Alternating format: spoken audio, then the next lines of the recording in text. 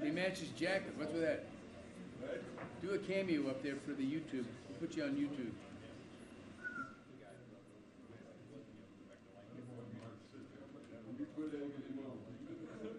I was trying to call him. Oh. Call the meeting order. Mr. George, lead us in the pledge. I pledge allegiance to the flag of the United States of America and to the republic for which it stands, one nation, under God, indivisible, with liberty and justice for all.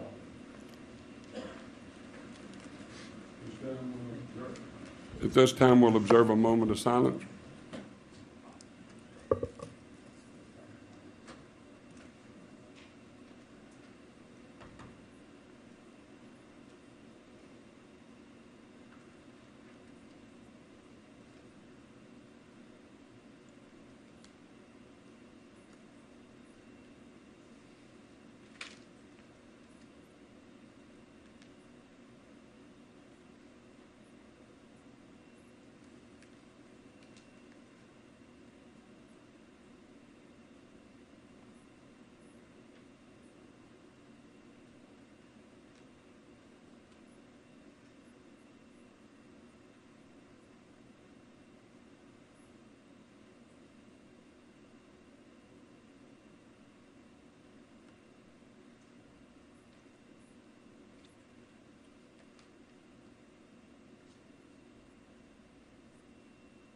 Madam Secretary, call the roll, please.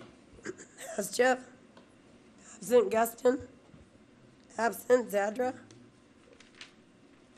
Zadra. Here. Sperazza. Here. Dorch. Ayazi. Absent Cashel. Cashel.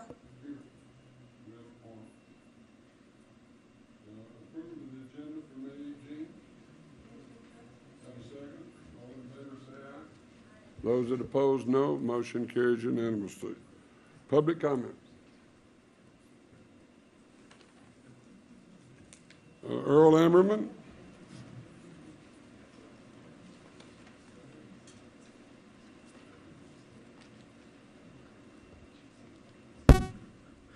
My name is Earl Ammerman, and as of today, I've officially filed to run as an independent candidate in the upcoming special election for the Congressional District 2 U.S. Congress seat. I've filed 140 signatures today at the voter registrar's office. And so right now, I'm going to go over my platform. First of all, I think all candidates, regardless of political affiliation, need equal access to the ballot arena and onto the ballot box, because right now each state has different ballot requirements for third parties and independent candidates. Like in Illinois, for instance, they require 70,000 signatures for a minor party or an independent candidate to be on the ballot. And even if you get on the ballot in Illinois, the opposing candidates can try and bump you off the ballot, that's what happened with Ralph Nader's 2004 presidential bid in several states, where several groups and candidates tried to keep him off the ballot for revenge in the 2000 election, and I think we need an equal access for all candidates in the electoral arena. Secondly, I'm running on an anti-war platform. I think we need to build solar panels and universal healthcare systems instead of weapons of mass destruction. Maybe we could solve our energy problems if we plastered every available square foot of vacant roofing space with solar panels and wind turbines. Third, I think we need to abolish our nuclear weapons program. I think perhaps if the U.S. abolished its nuclear weapons program, other nations would follow our lead. Especially, I think we could be one step closer to a nuclear-free world if the U.S. Withdrew its nuclear weapons from Europe and other places around the world. And also if we withdrew our troops from the Middle East and elsewhere around the globe, because one of the incentives for countries to produce nuclear weapons is, I think, all the ongoing conflicts in the Middle East with the wars that the U.S. is in Iraq and Afghanistan and elsewhere. If these countries like Iran, they might realize that they can't match up militarily, so what they do as a deterrent is they try and pursue nuclear weapons. And I think that if we abolished our nuclear weapons programs, other countries would follow.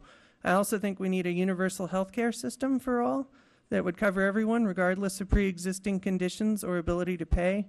Currently, I think that the problem with the current healthcare bill is that you can still be underinsured and you can still face a risk of medical bankruptcy. I propose a Medicare for All system where everyone is covered regardless of pre-existing condition. Third, I think same-sex marriage needs to be legalized in all 50 states. I think it's time that marriage equality existed everywhere. And fourth, I think we need to invest more in infrastructure restoration. I think and slash our defense spending. If we can maybe redirect that defense money towards projects like universal health care, infrastructure restoration, education, arts and culture, green energy, we'd have a better country. And finally, I think that we just need we need to invest in mass transit more and make it more affordable. Thank you. Thank you very much. Sam Dene. Sam Dene, the Encyclopedia of Reno Government, Air Force Academy graduate. Sam spent many years flying fighters and bombers defending our nation. Sam has come to virtually every budget meeting in the history of Reno since Sam arrived here in 1994. And some of my adoring fans are asking why Sam was not at your budget meeting yesterday. And I know as exciting as those meetings can be, I forced myself to stay away just to kind of take a break on the streak that I have going. That streak gets to be overpowering after a while. And besides that, I warned you about the busted budget so many times. I mean, you can go to YouTube and YouTube has gone viral with Sam's warnings about the busted budget. And the mayor, Mr. Mayor, would know that if I came down here and talked on the budget, I would complain about the fact that you spent millions, how's that sound better? Dozens of millions of dollars on this big black building with a perfectly good building right down the street that sat empty for 5 years, and it's still empty. So I'm not trying to be your curmudgeon. I just want to explain why I didn't show up for the meeting yesterday. And by the way, I'm making it official now. Sam, as far as running for Congress, as far as running for United States Congress, Sam is not running for Congress. So you can rest relieved. That young man over there can relax. At least he won't have to go up against Sam Dene, the most powerful man, the best known name in northern Nevada or in that entire district. But Sam decided not to run this time. And you know why? Because of not only the lies that the media always tell about Sam, but the fact that they refuse to even misquote Sam. The media, the local media, who is so deathly and afraid of Sam Dene, 160-pound senior citizen veteran who really wouldn't hurt a fly unless he had to. The media is just so deathly afraid of Sam, they're even afraid to misquote Sam. What are the chances of that happening in America? The mayor wishes he could be quoted properly now and then, let alone being misquoted. I can't even get misquoted because the media. And who am I talking about when I say the media? Well, I would say it's the worst media is a challenge between Channel 4 and the Reno Gazette Regurgitator newspaper. That Channel 4 with that antediluvian pipsqueak Sam Shad and his partner John Ralston up there, scared to death to ever even invite Sam on there because they know that Sam would refuse to read their teleprompters that they set up before you get there. And Sam is not antediluvian enough to even want to be on that show. And then you got that Joe Hart. I see him now and then. Rather than coming trying to pick Sam's brain, he does like a 180-degree turn and heads the other direction every time he sees me. So that's why Sam was not at the budget meeting. But I will be talking on the city manager in a moment. Thank you very much. I'll close the public comment section. Ladies and gentlemen, a while ago I overlooked an item. We will be pulling item A8 off of the agenda. It's been requested by staff to pull item A8, and we will not be handling that today. And we'll go now to the proclamation. Ms. Zedrin.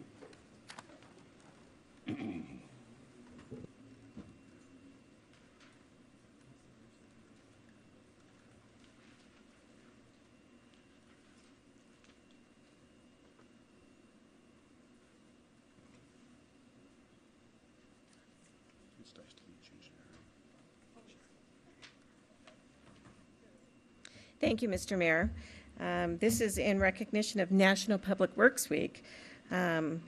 Whereas the health, safety, and welfare of the citizens of Nevada depend on public works employees, and whereas the American Public Works Association has been celebrating Public Works Week and recognizing the critically important work of the public works industry for the past 51 years, and over the years, Nevada's public works employees have made significant contributions to the state's infrastructure improvements, added to the quality of our lives, and helped us compete in an ever-increasing complex world. And whereas there are currently hundreds of students enrolled in Nevada's universities whose graduates have gone on to contribute to the economic health of Nevada and our nation, and whereas public works employees contribute to the education of our young people, especially in the fields of mathematics and science, to meet ever greater challenges in the future. Now, therefore, I, for Robert A. Cashel, Senior Mayor of the City of Reno, do hereby proclaim May 15th through the 21st as National Public Works Week in and for the City of Reno, Nevada, and encourage all citizens to give recognition and appreciation to public works employees and their substantial contributions to our national health and welfare. And receiving this award today from us is Don Pulowski with the National Public Works Association of Northern Nevada, and of course, John Flansburgh, our director. Thank you.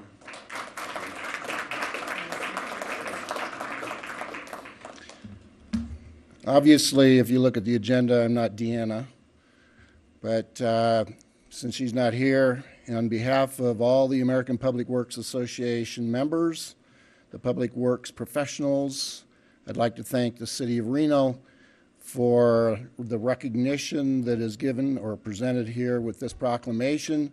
It is a great organization that serves the public, and we've got one of our great stars here in John. So thank you very much, Mayor, and thank you, City Council. Thank you very much. Thanks for everything.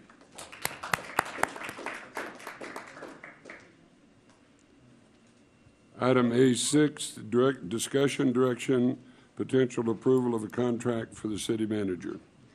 Mr. Mayor, Tracy Chase, Reno City Attorney's Office. Councilmember Ayazi spoke with Mr. Klinger and got the skeleton of this agreement going based upon the prior agreement with prior managers. Before your consideration is a contract of employment for Mr. Klinger as city manager. In looking through it, it is a standard contract. It is for 2 years, which is the most that you can have a contract as required by law.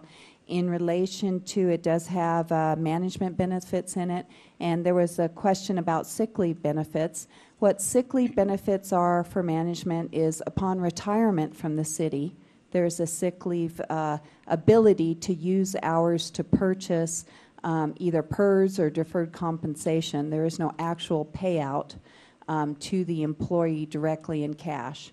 In addition, this has a start date at the City of Reno for June 13th, 2001, and it provides for a performance evaluation of the city manager every year by council if you choose to do it. It also includes standard contract language.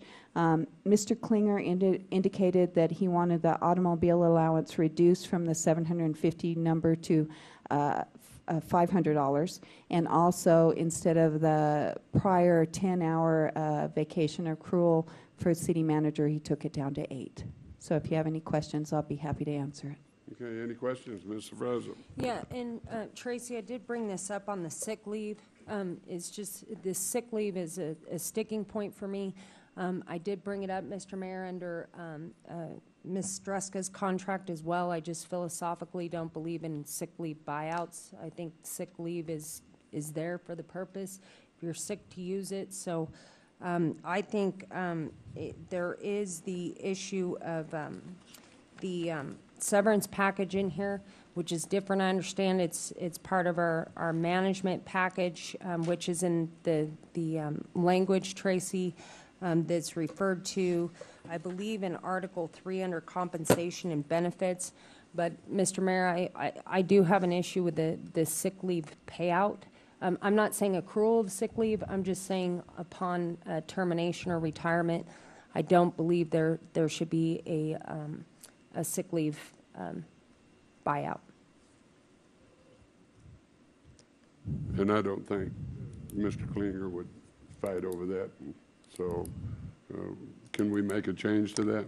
Tracy Chase, Reno City Attorney's Office. Yes, this council has the ability to make the change. If Mr. Klinger has a question about the change, we can bring it back next week.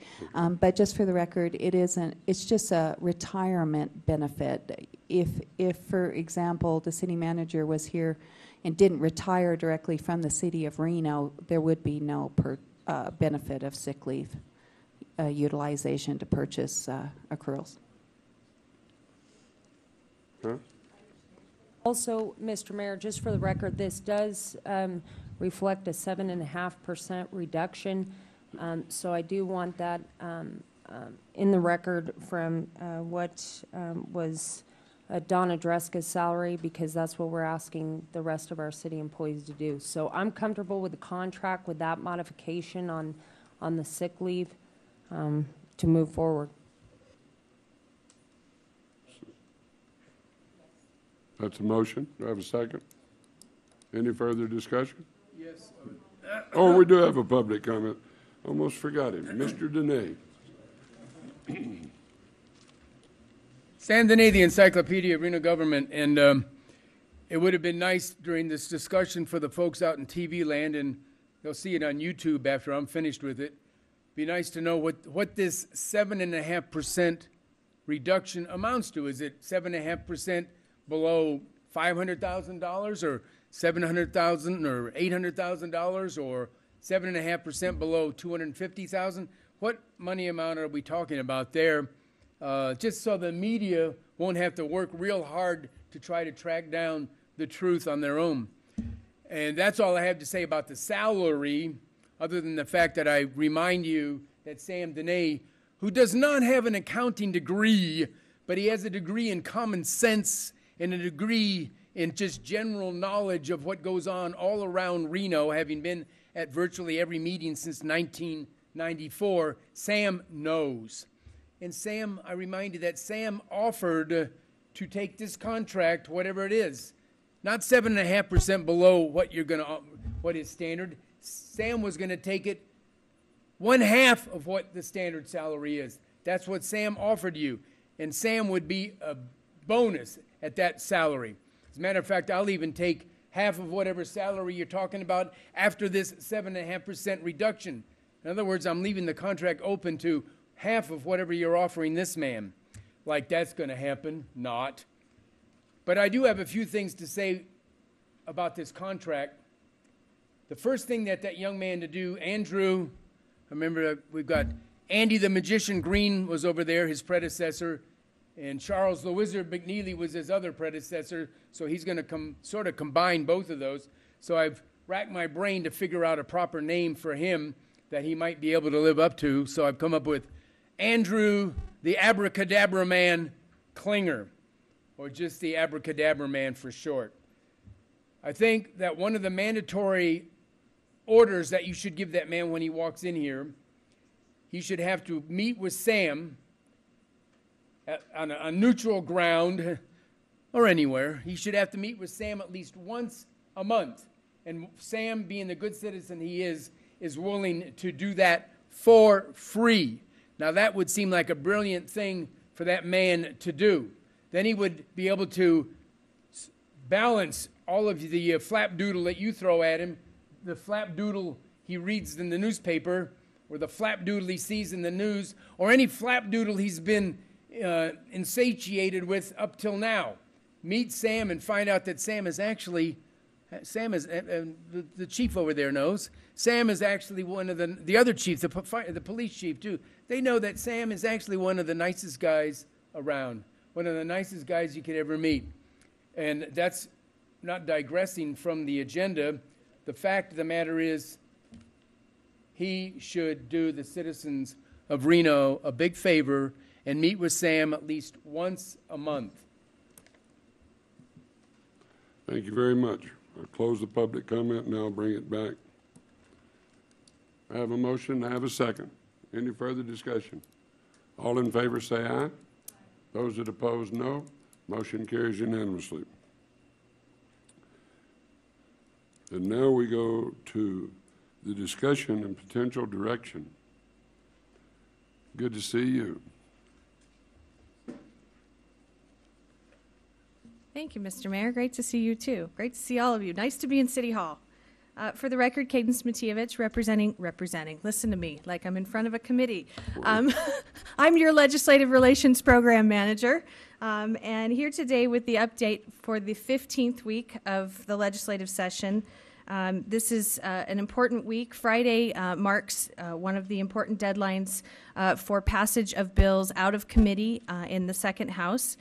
So the committees are working feverishly for the next few days to get those bills out of the committee in the second house and to the floor, where they will have to be voted on by next Friday in order to move on. Obviously, I think I've explained before that budget bills are exempt for that. We're going to talk about a couple budget bills in just a minute, but very quickly, just a couple updates on some bills that have had some movement. Assembly Bill 68, which is the bill that the League of Cities sponsored on property sales and leasing, that did pass off the Senate floor unanimously on Monday evening, so it is back to the Assembly for enrollment and on to the governor for signature. So a bit of good news for you there today.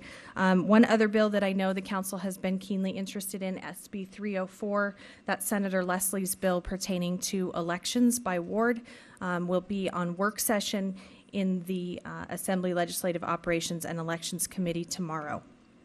So I know, Mr. Mayor, you and Councilwoman Sferraza came down last week and testified on that bill. We have not seen the work session document yet, so I don't know what's going to be brought forth for the committee to consider. We're continuing to try and contact the committee manager to see if the committee will be offered the chance to work both the bill in its current form and our proposed amendment, or if perhaps there will be another proposed amendment that would come in that may be some sort of a compromise. Kind of a compromise like the other assembly lady suggested? That's my hope, Mr. Mayor. I think there are some folks that perhaps are working on our behalf behind the scenes. I know that I don't think you would say I was wrong if I characterized our amendment as not being exceptionally well received, but there was some conversation that perhaps there would be compromise somewhere in between, and I'm hopeful that we'll see that compromise come to fruition, and the committee will have an opportunity to vote on that tomorrow. What was it? What was the comment referring to our councilwoman that day? What was that, Ms. Fraza? What did the... I think it might have been adversarial, Councilwoman. I think that's the word I heard, yes. That she was very adversarial during this discussion. Probably a misquote. Passionate, I think.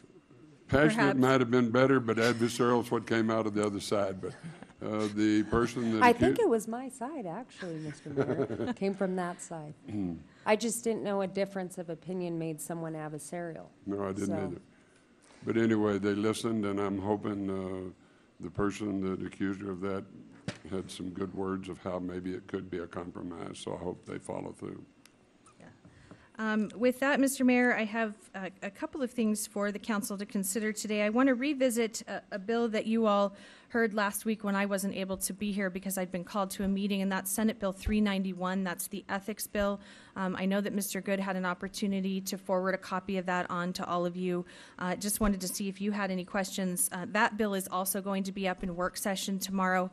At this point, we don't really have an opportunity to engage and suggest any kind of amendments. And our original staff suggestion had been to take a neutral position on that. So at this point, if it's the council's desire, you could take a position, or we could just move forward with no position on that bill. Just a question, Mr. Mayor, on section 19 of the bill.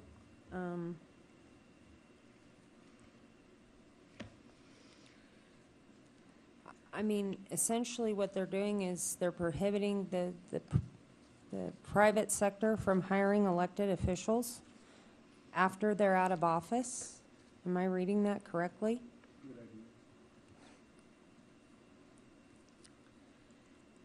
Councilwoman, I think that this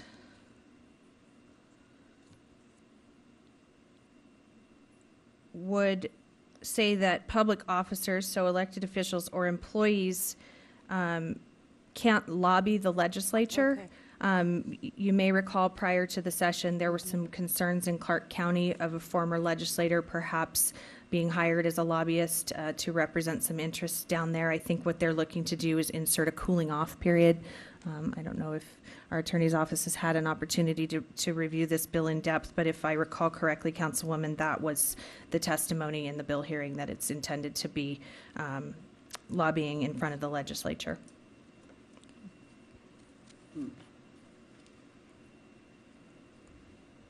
Any other question? So I'm sorry, Mr. Mayor, I wasn't clear as to whether or not the council wishes to take a position on this bill at this time, or just go forward with no position. I do have one other question. Does it apply to the legislature? I believe it does. I believe public officer includes legislators. Okay. Then with that, I am going to move into,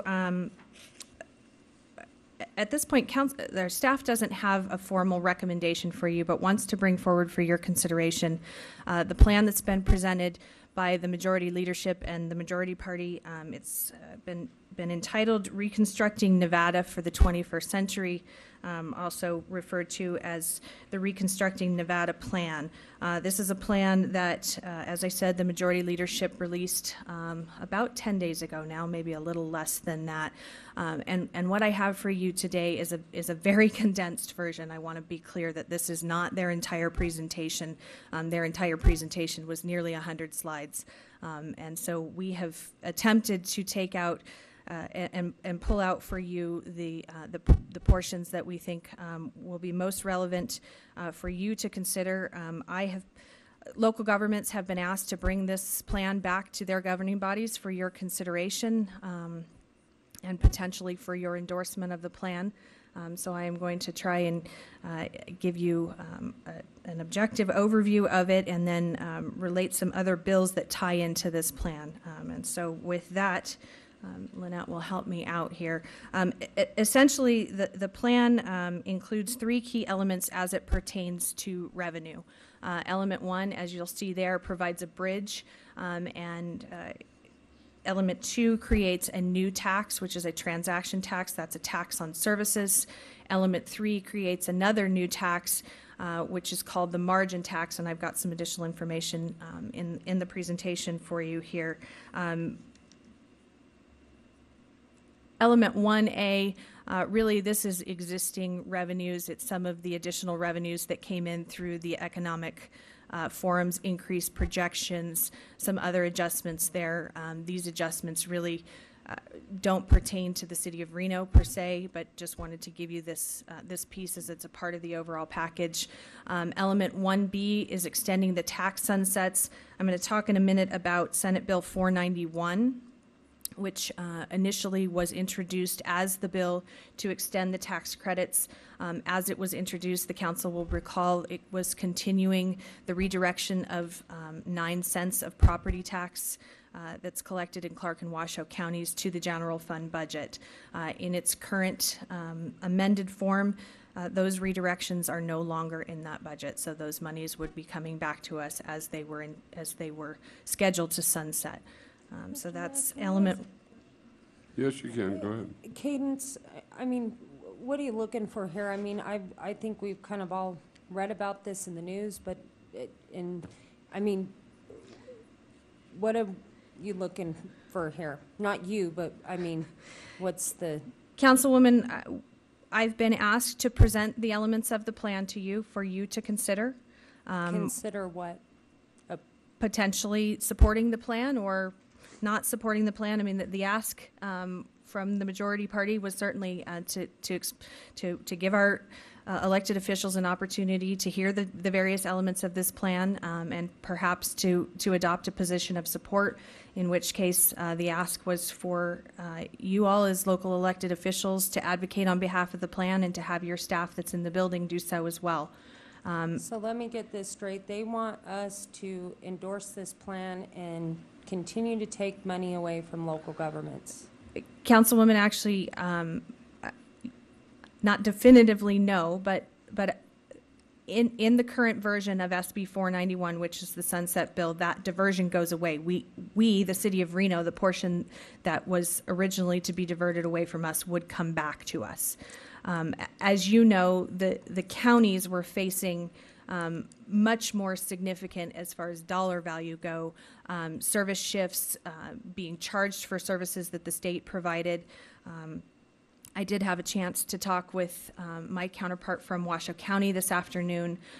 As it stands today, and obviously there's a lot of time left between now and the end of the session, many of those impacts through the governor's add-backs because of the additional revenue that came in from the Economic Forum and the way that the budgets have been closed in the money committees, that hit today has been reduced significantly. They would still be facing some redirection or potentially some service shifts that would impact them. And I believe, as we've discussed before, that those impacts to them will be felt throughout our community. And in fact, perhaps some of those impacts will, translate into increased caseload for our police department, those sorts of things. So there is still an impact, but it has been reduced. But two more questions, Yep. Gaines, just cutting to the chase here.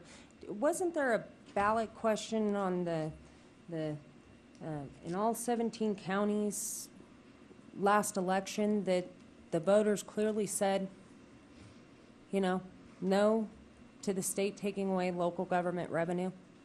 There was, Councilwoman, I believe it was 16 of the 17 counties that was on the ballot. You're correct. I think that pretty much speaks to for itself. And secondly, how many bills did we get through the legislature so far this session coming from the city of Reno? None. And thirdly, Mr. Mayor, just one other point. They're elected to do a job. They're elected to balance the state budget. We're elected to do a job to balance the city's budget. I mean, we don't ask them to come in and balance our budget during this session. That's what they were elected to do. And so, I mean, for those reasons and the reasons the voters clearly stated on the ballot, I don't see why we would take a position on this proposal. And Cadence, I know you're just the messenger. I'm just saying my piece. Councilwoman, if I may, it doesn't sound like there's an appetite to hear the revenue pieces of this, but if I may, I feel like I would not be doing the plan justice if I didn't address the reform areas and at least make you aware of them. And Lynette, perhaps you can go to the slide that's entitled Key Areas of Reform. Because I think we all have seen these. Okay. I'm fairly confident. I mean, if anyone here wants to, I'm sure. But I mean, we all have. And I agree with Jessica. And I mean, if we're going to take a position, I certainly wouldn't take a position in favor of it. But I'm not saying I'm in favor or opposed. I just think that it's their job to balance the state's budget. I'm comfortable not taking a position at all. I mean, if we were going to take a position, my position wouldn't be in favor. but I'm comfortable not taking a position at all. I would prefer just not to take a position, quite frankly. I mean, because maybe there's some things that I agree with and some things that... I have a motion and second. Any further discussion? All in favor say aye. Aye. Those that oppose, no. Motion carries unanimously. But in fairness, Cadence, I understand you're just trying to maintain a good relationship with those people that we ask you to go, represent us in front of. So I think we need to at least keep up the great work. She did just what was requested. For the benefit of the public, go ahead and make reference to those 7 points real quickly. You do need to maintain a relationship with those people, and we need to give you the skill or the tools to do that. Thank you, Councilwoman. The areas of reform that have been presented as part of the plan are general administrative reforms, and there is some additional detail in the slide presentation that I know would be available for the public afterwards if they wish to see it. So general administrative reforms, public employee retirement system, public employee benefit systems, K through 12 education reforms, higher education reforms, NRS 288, which is collective bargaining. I know the council had a keen interest in that, one of our bills. Yeah, where'd that go? That bill did not get heard. And construction defect reforms. I do have to say, you know, there is conversation in the building that this is a starting point. There is to be compromise on this. A working group is being formed right now to discuss collective bargaining reforms. The city is a member of that working group. I think we're potentially going to sit down sometime this week and talk about the elements that were in our bill and other bills that weren't heard, and if there's an appetite to include some of those provisions as part of this reform in the compromise for the overall package.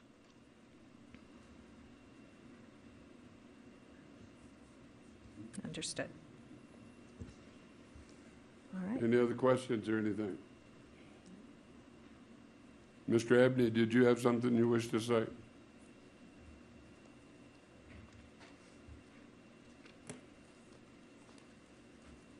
Thank you, Mr. Mayor, members of council. For the record, Trey Abney with the Reno Sparks Chamber of Commerce. And you all should know that Cadence does an excellent job for you down at the legislative building, and she's put in a very tough spot when legislative leadership and others try to play her against you and against, several folks.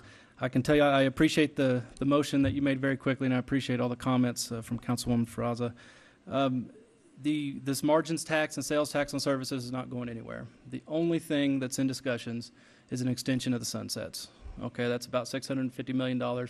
That's extending the modified business tax, sales tax, and business license increases that were passed in '09.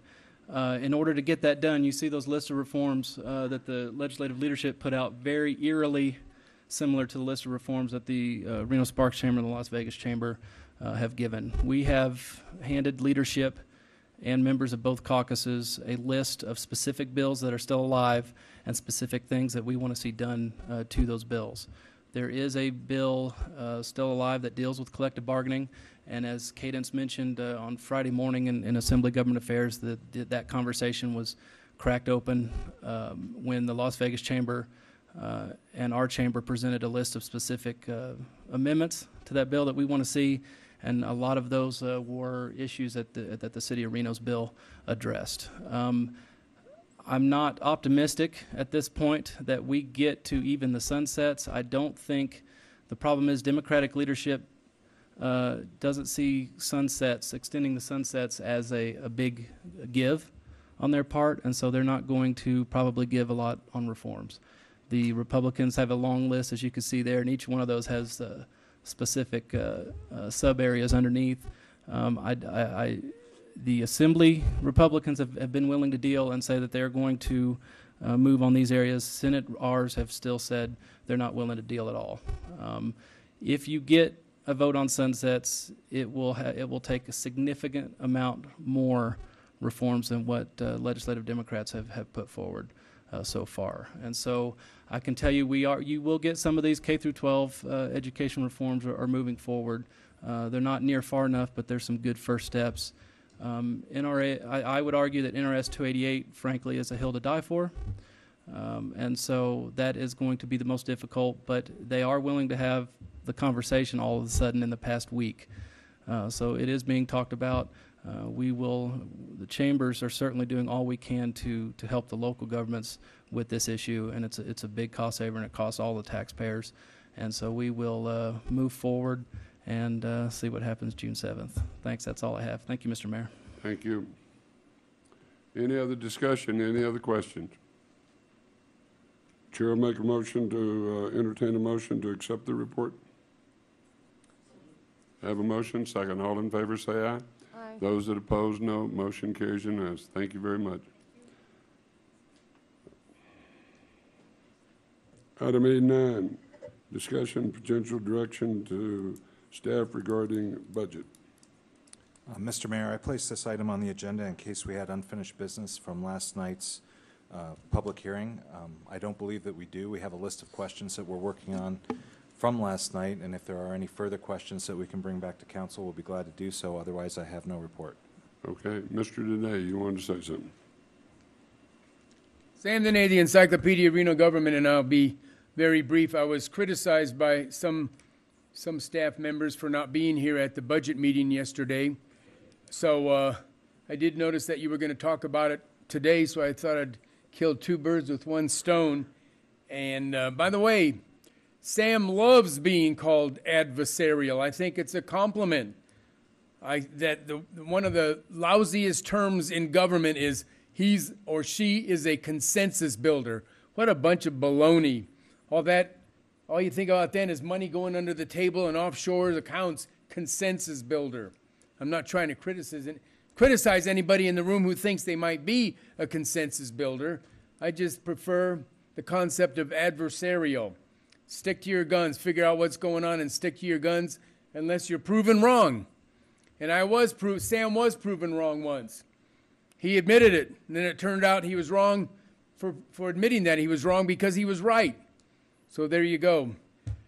As quickly as I can put it, if you had just listened to Sam and if the media had just reported the truth that Sam reported year after year after year, this budget crisis, this budget pickle would not be so terrible.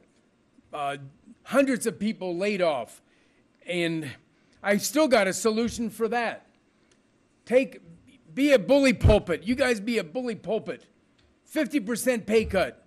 Take a 50% pay cut for a year. You're already making more than you were making when you came in here and gave yourselves your raises. I'm not trying to be a curmudgeon either. I'm just telling you, you got people out there in the bread lines, people out there who've lost their jobs they worked real hard for, and it hurts my heart. And I think everybody should suffer some. A 50% pay cut for a year. 1 year for city council. A 50% pay cut.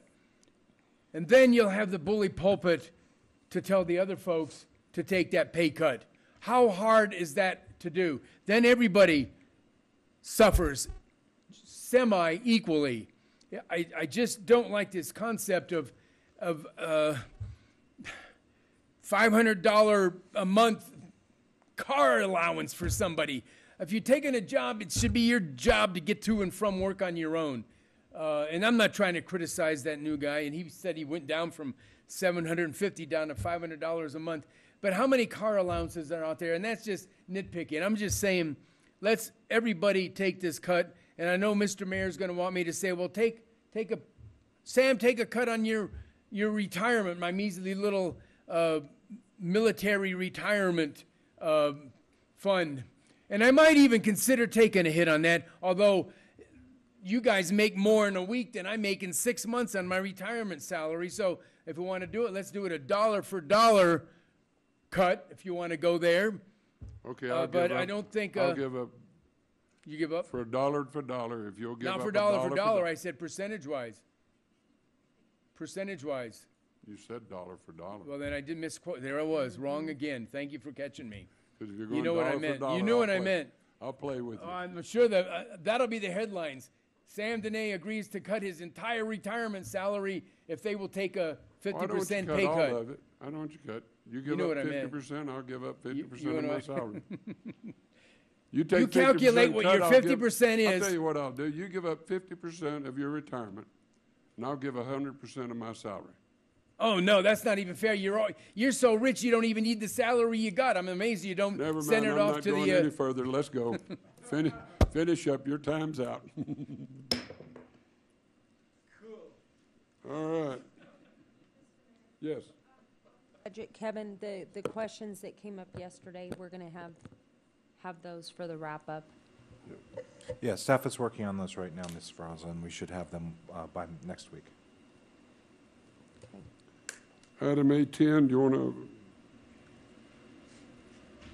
let's wait until we have a whole council for item on the waiver of confidentiality regarding attorney-client memorandums. We can do that, Mr. Mayor, as long as we can discuss A11. Well, I'm coming down to A11. But A10 had to do with A11. Oh, okay. That's the issue. And the issue is, in order to waive the city attorney sent us a memo on this particular issue, and in order to talk about it, then we have to waive the confidentiality of that memo, and it takes council, the majority of the council to agree with that. Tracy Chase, Reno City Attorney's Office. From looking at this agenda item, we're assuming you're referring to some memos that were issued in like 2008 or 2009. So I would like to get with Councilmember Ayazi and ask him which specific memo he's referring to. Well, I know which specific memo, because he put it on after I put my agenda item on. It's the issue of council members being able to sit in on negotiations. Okay, we have issued more than one memo on that, and what we could do though is take a look at those memos and determine whether if that's the issue you're concerned about, whether or not we could give a public opinion to you so that you could then discuss it rather than opening up an attorney-client confidential memo. Isn't there some, I mean, there's additional ramifications if we open up an attorney-client memorandum, correct? There is, and that's the concern here. Well, There is concerns with opening up any attorney-client confidential It might not apply memorandum. just to that one memorandum is the problem, correct? Right, and that's my concern. I would like to review that particular memorandum that's being referred to in coordination with the other issues that were going on Then at I the would time. ask the city attorney's office to come up with a public opinion on this particular issue. I don't see how it hurts anybody out there. That would be preferable, and we can go ahead and look at that and come up with a public Can opinion you on come up that. with it by next Wednesday? Certainly. We'll postpone these two until next Wednesday? Well, I still, if we can have some discussion, Mr. Mayor, on A11. Okay. I would like to. All right, go ahead. So, on A11, I think even the RPPA had asked in their ground rules for negotiations, they had asked that a council member be present.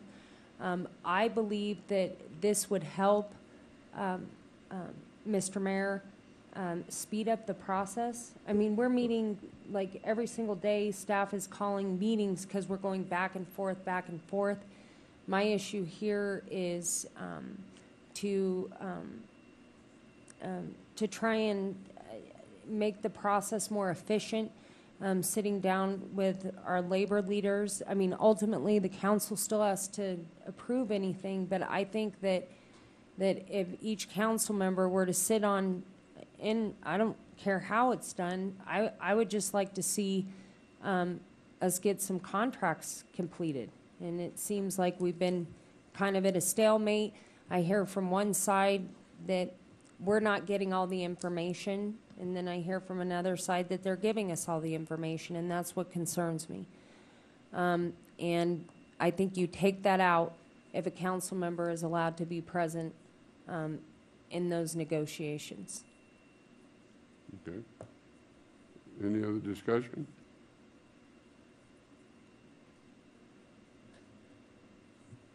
What'd you say? I think we need to wait for the public notice that we will get from the attorney's office before we make comment. Understand the issue, because we've heard that before, but I don't think we can have that discussion here today until we get a public memo from you. So somebody want to give me a motion to move these two items over to the Yeah, next then one? I would like that on the 25th agenda, and I would also ask the city attorney's office if both sides agree, if that changes the legality. So, for example, like our PPA did request, and if we agree to that request, does that change the legality? Because if both sides are agreeing, I don't see what the harm is. So I would like an answer ready for that too by next week. So we'll move these two items to next week. Would that be a motion from somebody? That's my motion, Mr. Mayor. Okay, do I have a second? Second. Have a second. All in favor, say aye. Aye. Those that oppose, no. Motion carries unanimously. Identification and any future agenda items.